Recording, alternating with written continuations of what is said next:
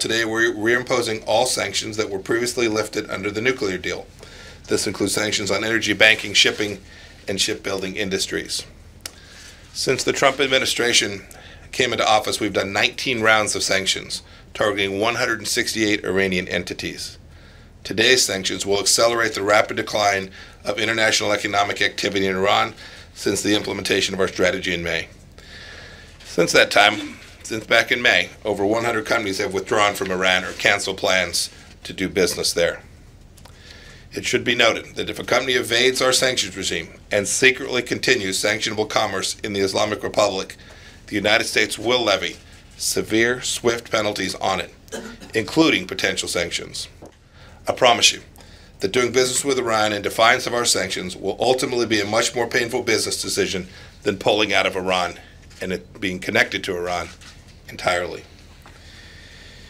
More than 20 importing nations have zeroed out their imports of crude oil already, taking more than 1 million barrels of crude per day off the market. The regime to date, since May, has lost over $2.5 billion in oil revenue. We have decided to issue temporary allotments to a handful of countries, responsive both to the specific circumstances and to ensure a well-supplied oil market.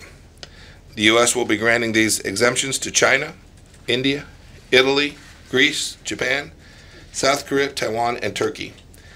Each of those countries has already demonstrated significant reductions of the purchase of Iranian crude over the past 6 months, and indeed 2 of those 8 have already completely ended imports of Iranian crude and will not resume as long as the sanctions regime remains in place. Rest assured, Iran will never come close to getting a nuclear weapon on President Trump's watch.